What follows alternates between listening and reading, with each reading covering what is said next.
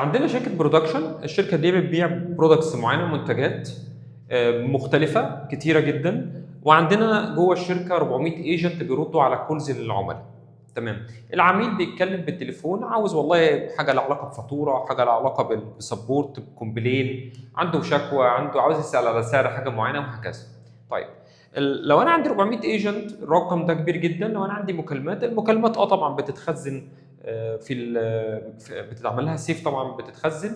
وبعد كده بيبقى في اوديت، ناس بتقعد تسمع مكالمات عشوائيه علشان تشوف الموظفين واداء الموظفين عامل ازاي. بس طبعا بطبيعه الحال استحاله، حتى لو كان عندي جيش من الناس اللي بتسمع مكالمات، استحاله تقدر تسمع طبعا المكالمات. يعني انا هفترض مثلا ان لو الايجنت الواحد بياخد له مثلا 50 مكالمه في اليوم، وده رقم قليل. يعني انت بتتكلم عن 20 مكالمه في اليوم، يوم الواحد 20 مكالمه. يعني انت بتتكلم في الشهر، انت بتتكلم لو 20، لو 30، يعني انت بتتكلم ب 600 الف مكالمه في الشهر. ده رقم رهيب. استحاله مهما جبت عملت ناس تعمل اوديت، استحاله تعمل حاجه زي كده. طيب، لو انا عاوز اعمل اوديت على الايجنت كولز ديت، واقدر اطلع بعض الانسايتس والاستاتستكس جوه الكولز ديت، اقدر اعمل ايه؟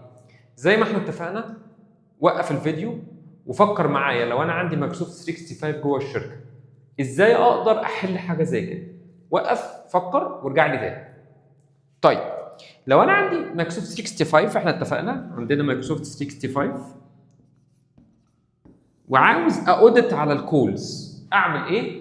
هنبدا نفكر مع بعض. طيب، الكولز دي فين؟ الكولز دي موجوده في السنترال، او في ايا كان السنترال ده موجود عنده في المكان اون بريم او على الكلاود، ايا كان.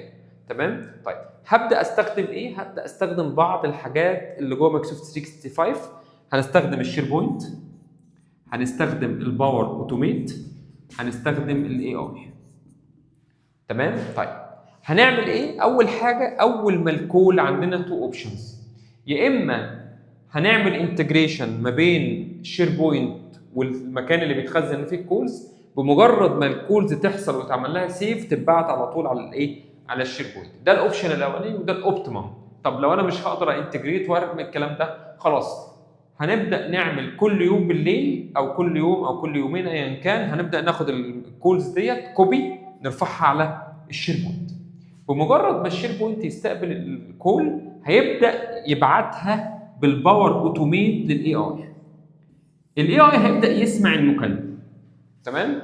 طيب، هيسمعها ازاي؟ احنا طبعا الاي اي بيبدا يحول من سبيتش تو تكست، ويبدا يفهم التكست ويبدا يحللها. وابدا انا ادي تريننج للاي اي. انا عاوز ايه من الكول؟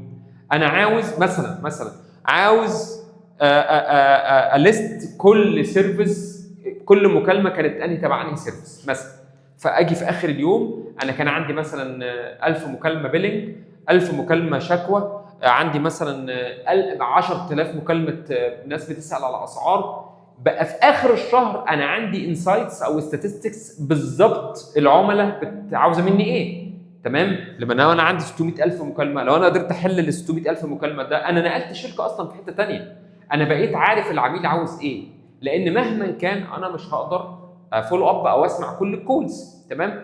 ده رقم واحد. يبقى انا رقم واحد اقدر اليست السيرفيسز. طيب، ايه تاني ممكن اعمل؟ احاول ايفالويت الايجنت نفسه، هو بيرد كويس، ما بيردش، مدى تعاطفه مع العميل، وهكذا. ممكن اقيس مدى التزام الايجنت بالسكريبت.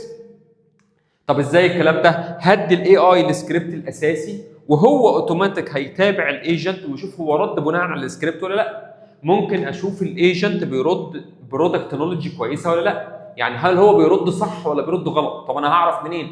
هغذي الايجنت ببرودكت نولوجي، تمام، بالبرودكت بتاعي، معلومات البرودكت بتاعي، وهو هيسمع. اول ما يلاقي اختلاف، هيلاقي مثلا ده جاوب اجابه والبرودكت اللي عندي حاجه ثانيه، على طول هيقول والله ده العميل دوت عنده الايجنت ده عنده مشكله. تمام. واقدر اعمل انسايتس كتيره وستاتستكس كتيره. بس اهم حاجه انا بعمل ايه؟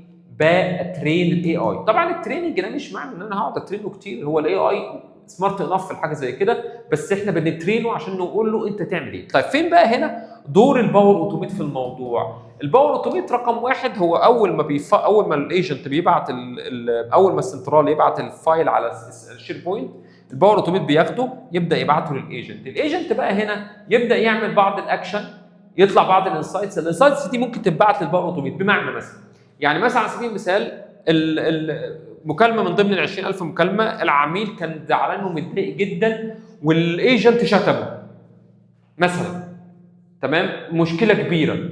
طب اعمل ايه؟ على طول الاي اي اول ما يعمل حاجه زي كده يقوم باعت على طول الباور اوتوميت. الباور اوتوميت على طول يبعت ايميل للسوبرفايزر بتاع الايجنت ده، يقول له بص الحق في مصيبه، في عميل عنده مشكله كبيره وهيعمل مشكله كبيره مثلا. خدت بالك؟ ممكن مثلا يعد الاسكيليشن، ممكن لو في اي اكشن انت عاوز تعمله ممكن الباور اوتوميت يعمله، ممكن يبعت ايميل كاستمر ساتسفاكشن، ممكن يعمل اي حاجه الباور اوتوميت. الاي اي يديها للباور اوتوميت، الباور اوتوميت يبدا ينفذ الاكشن بتاعتك. طيب انت عملت ايه؟ انت كده عملت كاستمر ساتسفاكشن عالي جدا، اتاكدت ان المعلومه بتروح للعميل مظبوطه، عملت اوديت كامل للعميل، قدرت تليست السيرفيس بتاعتك عامله ازاي، قدرت تعمل حاجات كتيره جدا جدا جدا جدا، وكله ريكورد ده عندك في الشير بوينت ومعمول له اناليسيس بالاي اي. طيب زي ما احنا اتعودنا مع بعض، احنا بناخد كيس نبدا نحللها، بزنس كيس نبدا نحللها. لو عندك بزنس كيس وعاوز نشوف ازاي مايكروسوفت 365 تحلها لك، ابعتها لي، هناخدها نحطها على السبوره نبدا نحللها، نشوف ايه مشكلتها وازاي نقدر نحللها بمايكروسوفت 365.